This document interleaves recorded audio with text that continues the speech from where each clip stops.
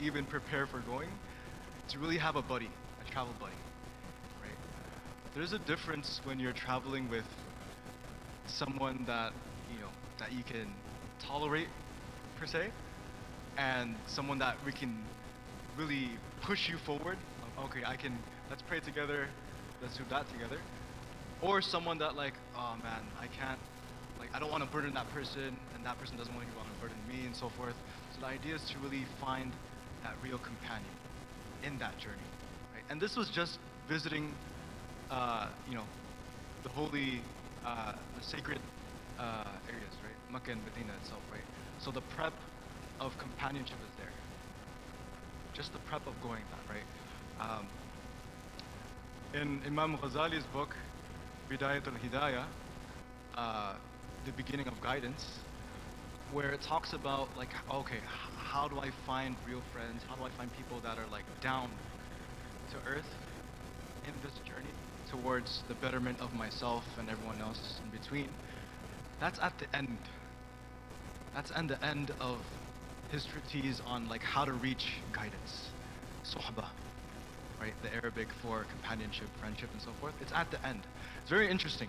Not at the beginning for his, but at the end, is to show that there are things that we need to work on ourselves first.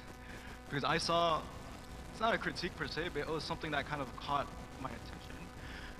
If you notice the topic itself, guarding the heart, the impacts of negative companionship, I wanted to preface that, like, even before regarding and seeing, like, oh, okay, a negative companionship, you're kind of like already painting a picture for a specific person that they are already in the negative, right? And the idea was that in another work, Imam Sha'rani, the etiquettes of companionship, all of these are in English. So if you're like looking up, they're really nice, mashallah. That he starts with not just taking that negative and just like isolating yourself and not dealing with that person, but to really see that, do I see good in that person first? Right. So it's starting with the self. Yeah, I think, I don't want to interrupt, but seeing him still want to visit him. They fight blood, tooth, and sweat. They pay thousands of dollars just so they can stand in front of the Prophet ﷺ and say, Ya Rasulullah, I'm here. I'm saying salam to you. What kind of man did he establish himself that everybody is saying salam to, right? Another thing is, Ust.Ahmad, he talked about negative companionships, like Sheikh Sha'rani, he put that at the end. The Prophet ﷺ, he was very focused on being a good companion. And this is why himself, people still to this day, they want to visit him. When you focus on being a good friend, good friends will come to you, right? The Prophet ﷺ, there is a narration of the Prophet Muhammad ﷺ. It's very, it explains who he was. The Prophet ﷺ, one time he said to his companions, don't tell me about the things or the bad things my friends have done. Don't tell me about that. Because I want to meet my friends with a clean heart. You know what I'm saying? Because a lot of times we like to say, oh, I heard she did this, I heard he did that, or she said this, or whatever. The Prophet ﷺ said, I don't want to hear that. Tell me the good things. So when I meet them, I only know good about them. So that way the heart is clean, you know? So that's how he was as a friend, sallallahu alaihi wasallam. Like, even towards being that friend itself, I was reminded how, I think, was it our first meeting over in Imam Center? Yeah, I met him a long time. He's a good friend of mine. Mashallah, it was a couple years ago, and it was my first kind of like experience serving other communities around. I'm coming from Los Angeles. Imam Center is an Indonesian like community-led masjid in, I think, Maryland, and it was during Ramadan, and Qari Ifdal was talking about this specific verse about how the Quran is taken as something where it's just people are not reading it or not even taking heed of it or just running away from it. Right? Mahjuran. That's what I remembered. And talking about kind of like the negative effects of perhaps someone that we see that we don't want to reach to that point of, oh, I regret being with this person. SubhanAllah.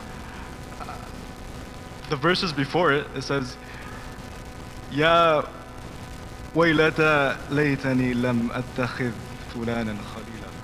Right? Woe to me. I wish I had never taken so and so as a close friend. لقد أضلني عن الذكر بعد إذ جاءني وكان الشيطان للإنسان خذولا. It was he who truly made me astray from the reminder after it had reached me, and Satan had always betrayed humanity. وقال الرسول يا ربي إن I meet someone who's younger than me, someone else, that okay, I see that bad in someone, and then it's like it's actually coming from myself because I'm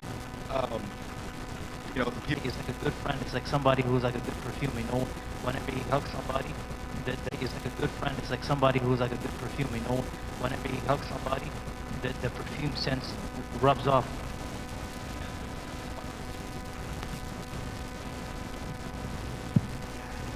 And that person also smells good too. But somebody who works in the mining, you know, there's not like in the coal and all this. It gets into the effect of the other person, and that's why in the Prophet that everywhere they go they have a good effect. But adding on to Ustad Anis's analogy, let's say for example you smelling good, and then you see somebody who has coal on their clothes. You can even say to themselves, you know, am I a good friend? And from that perspective, I attract good friends. And even if somebody comes and they bring me back, I mean, I was just speaking to the kids. One of them was asking me, yo, brother Bod, how do you, like, if somebody's like holding you back in life, how do you tell them nicely that I can't be your friend, you're just pulling me back? I said, look, in order to be somebody, you have to make sure that your priorities are straight. You know what, I don't tolerate these kind of, you know, behavior towards others. I don't tolerate this sort of judgment. I'm somebody that really uplifts somebody around me, not going down. If you're somebody that breaks down relationships, that's not the good friend the Prophet ﷺ was. He engaged ﷺ with people that was obviously below him in spirituality. Right? Prophet ﷺ, nobody was better than him spiritually. But he was the best friend ﷺ, that he was able to communicate with the old, he was able to communicate with the young, he was able to communicate with those that were not Muslim, he was able to communicate with those that were Muslim. Nobody left the Prophet ﷺ saying, I did not understand him. And the Prophet Muhammad ﷺ never left a relationship or a conversation saying he did not understand me. That's how universal he was. And that's how our friendship should be. You know?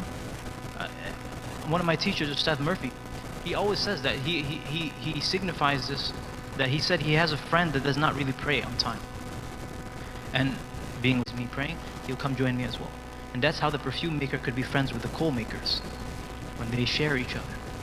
When the perfume does not think he's better than the coal, that's when relationships will build. There's a prophetic tradition about how, like, you know, the believer that, looking for a better word, not intermingle, but like interacts with people, and their whatever harm that comes to them, deal with this. Right? Similarly, in the way I feel, which is very like relevant, the idea, the plight of the Palestinians. Allah make it easy, and Palestine. Like, okay, we see in our social media screens. I was talking to a friend where, like, you know, his coworkers were mostly non-Muslims, and like his Muslim kind of like circle was very limited. And like because I serve as an imam, and like I'm just dealing with Muslims day in, day out. He was like the only like profile on like Instagram just promoting stuff about Palestine. Everyone else had like something else. So like, you know, it's the idea that, you know, Prophet ﷺ saying like, okay, in being a brother, you help your brother even if they're an oppressor or an oppressed. And so like a Sahaba asked, you know, how do I help? Like, I know I can understand, I can help someone that's in need of food. I can help the people of Palestine. I can help whatever I can. How do I help the oppressed? I want to deal with them. Like, I don't want to talk to them.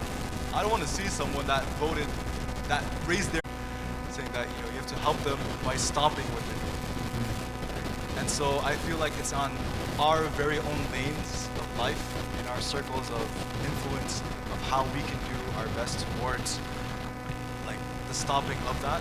And there's always a time and place. Right? The idea of etiquette for Allah subhanahu wa ta'ala through that. And that was like through da'wah. And like this specific kind of like, okay, should I do this or should I not do that?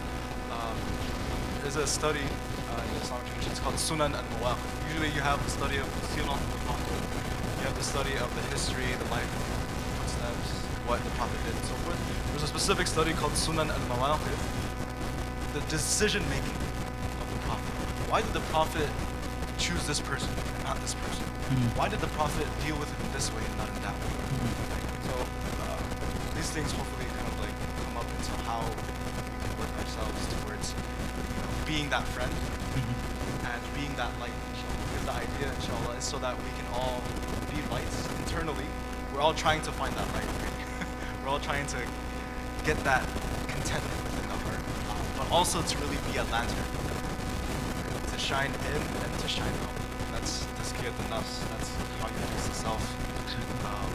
If you cleanse yourself, you see, okay, what am I doing that's that I shouldn't be doing, and so it's like you want to have a clean glass of water, you take out the contents of it, and then you put the water in. You gotta clean yourself out, and then adorn yourself with that water. And also to add on to the point, that the Prophet ﷺ, when he says, aid your friend even if they're oppressed or even an oppressor, that's deep. Thinking about it, who here? I mean, just thinking of the atrocities that the people of Palestine are going through, and let's not bring that example because it's a very, it's a very modern example. But even as the oppressor, the fact of the matter that the answer the Prophet Muhammad ﷺ said that you help the oppressor in friendship by telling them the boundaries and making sure they stay away from that. That shows that even in friendships there are boundaries that we cannot transgress. But that does not mean that we show any sort of judgment or cruelty, right? The Prophet ﷺ was very good at that. He showed us how to have balance, that he never ever gave up his identity as somebody who was the Prophet of God. He never gave that up. But he never ever let that submission to God make him less of a human being that's universal. He never let that happen. I gave the same example to the kids. There was a man, or the companion of somebody who named Nu'man. Nu'man, he was a habitual drinker. And I've given this example in my khutbahs so many times. Nu'man was a habitual drinker. He drank a lot. And this is a time where if you drink, the sin is public. So that means you have to get your sin. The sin of the drinking back then was the lashes, and it'd be public. So Nu'man, he used to drink over and over and over, and his sin used to be portrayed to everybody in the public over and over and over.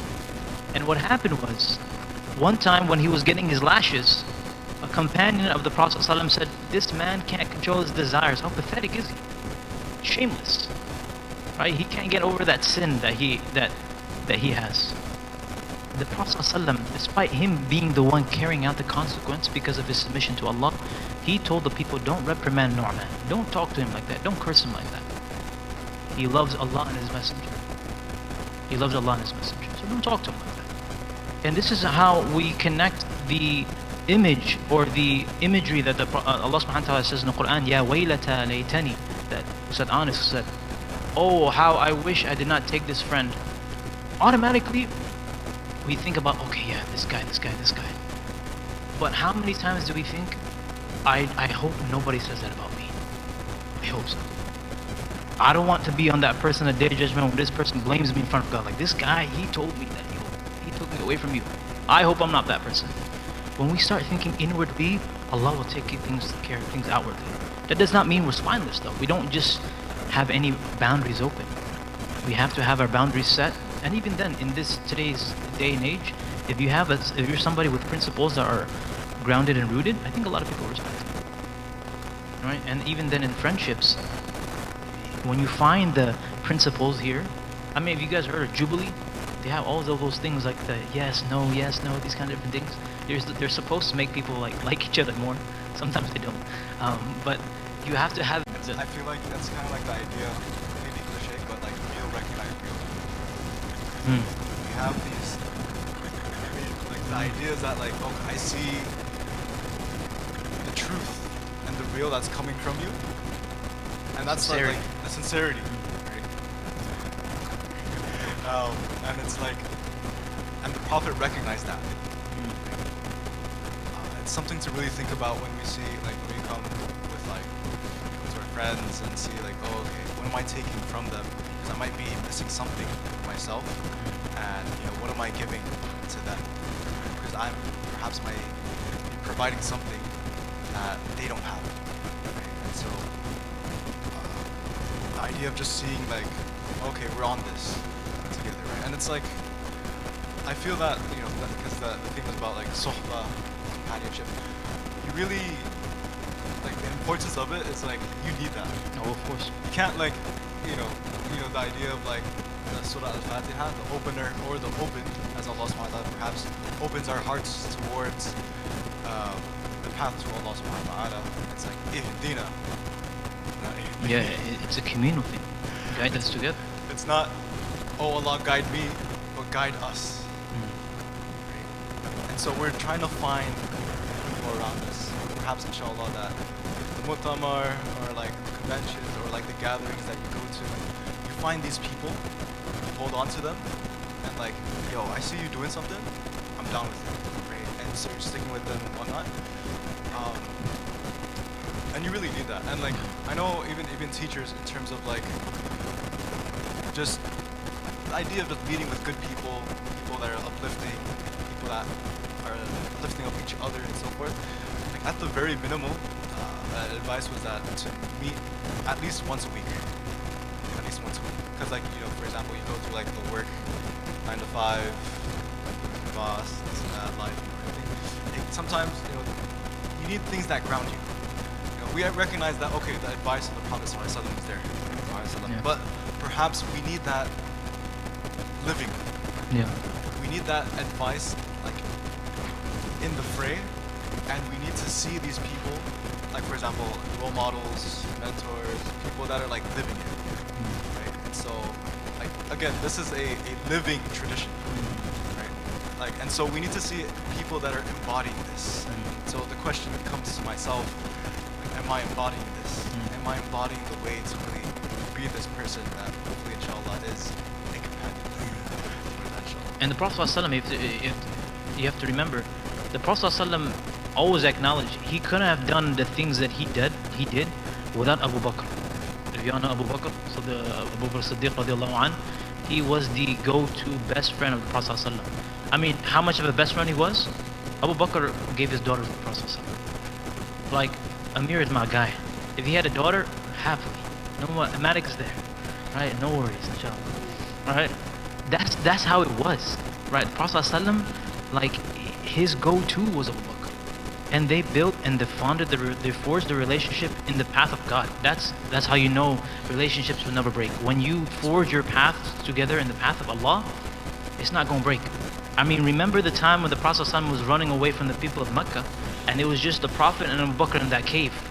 And Abu Bakr was scared, right? He's like, Ya Rasulullah, they're right there, right? They're about to catch us. The whole city looking for us. We want it. Everybody's looking for us, and they're right there. And the Prophet ﷺ said, what do you think of two people, and the third companion is Allah?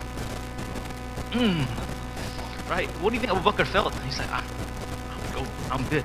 Prophet ﷺ said that, I'm Gucci. Right?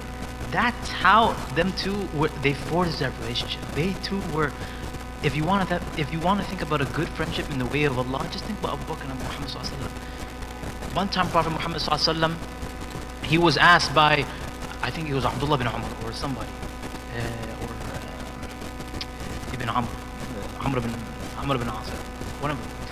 A companion asked the Prophet ﷺ, because the Prophet ﷺ, his practice or his characteristic was that he loved everybody so much, everybody thought that he was the most beloved of the Prophet ﷺ. Can you imagine that? That he loved everybody so much, each person thought that, yeah, I'm the most beloved of the Prophet ﷺ. So this man had the confidence and he said, you know what, I'm going to go in front of everybody and I'm going to ask Ya Rasulullah, who's your most beloved?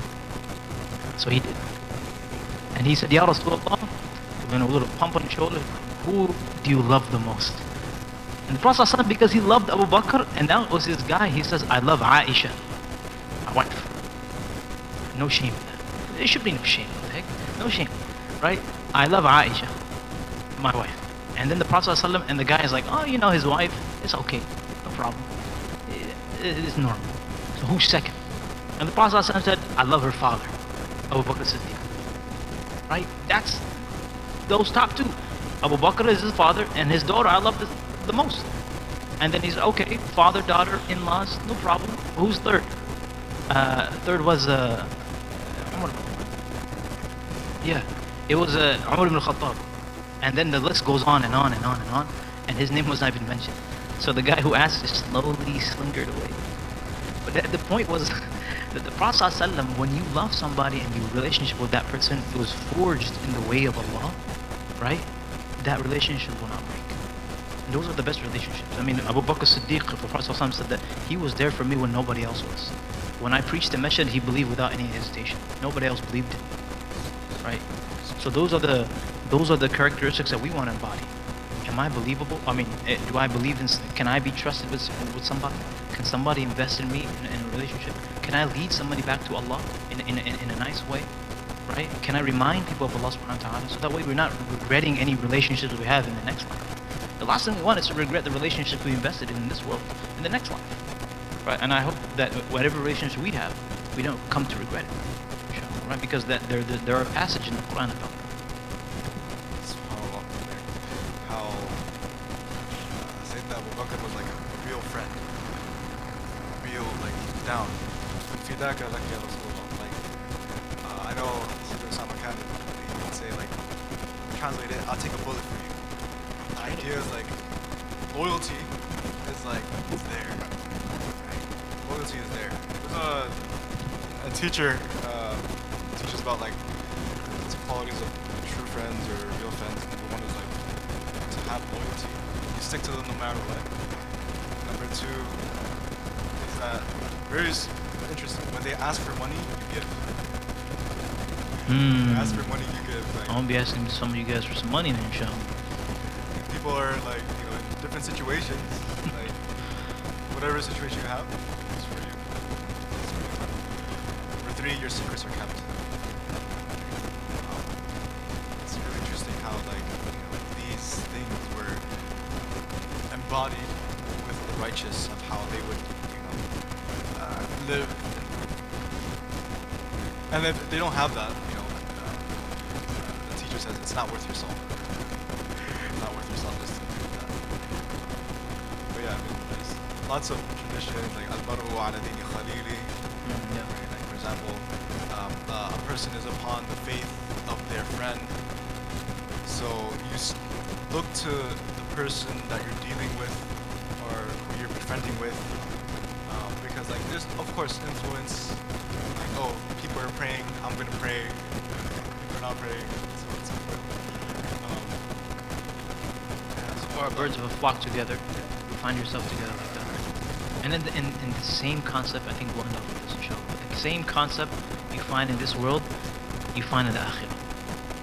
The birds of a flock in this world, they come together.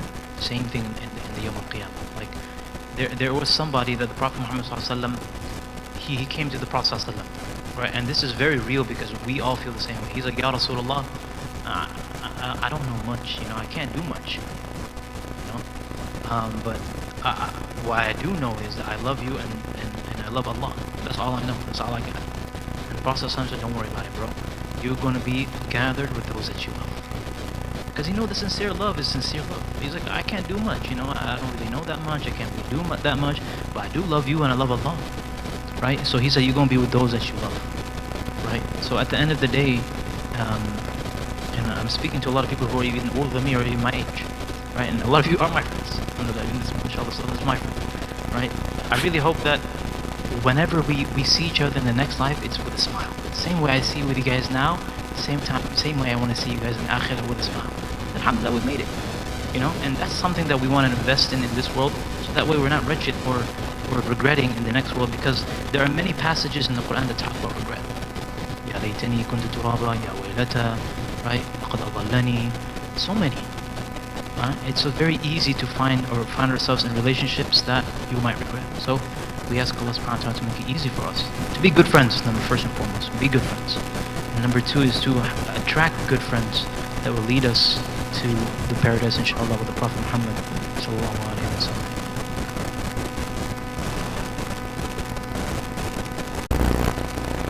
I have a couple questions.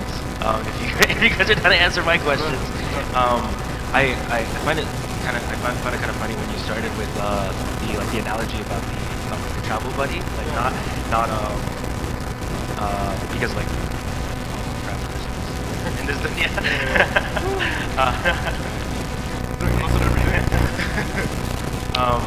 I just wanted to ask, like, when you meet like new people and you look at them, do you look at them, every person that you meet, as like a potential, partner, companion in this dunya, or is it like in your head kind of like a vetting process about how you approach people?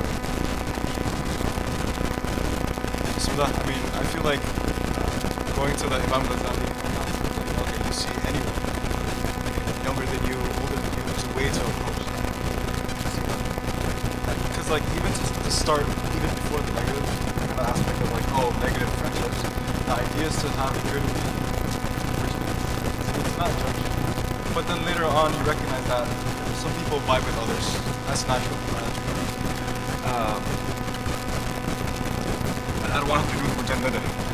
The souls are constructed soldiers, that they have affinity with one another from the very get-go. Even before being into this world, there are people that I'm going to jive with. Right? There might be one person I jive better than someone else. That's very natural. Right? But I mean, like, just to meet people like family and whatnot. I mean, my kind of like my what I'm trying to do is to have opinion of others, trying to gain responsibility. So I mean, just to start with a good opinion, I feel like that's a good start. Rather than just like, okay, I don't want to deal with y'all. So I'll start with a good opinion. I feel that just you uplift positives of people, see people in the middle, like, and you work with them. You see that coming to fruition. But if you're not driving one another,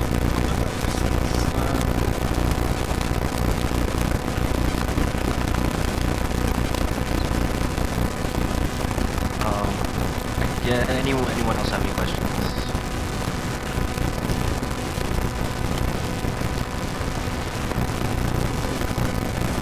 Anyone have any comments or?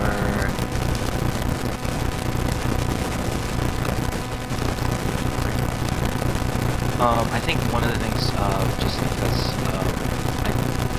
I've been talking this maybe a comment earlier, people in the crowd are, his friends or friends, and we're getting to that. At least I am. I'm getting to that point in my life where I'm, figuring out where I am, who I want to keep in my life, who I want to see. How old are you, Arthur? I'm 22. On the way ahead of me. Getting to the point in my life where I'm, deciding the people that, like, figuring out who I want to stay in my life, who I want to, not distance myself, but, maybe not associate as close with. What are, like, the biggest red flags or green flags that you see in, like, a good friend or a bad friend?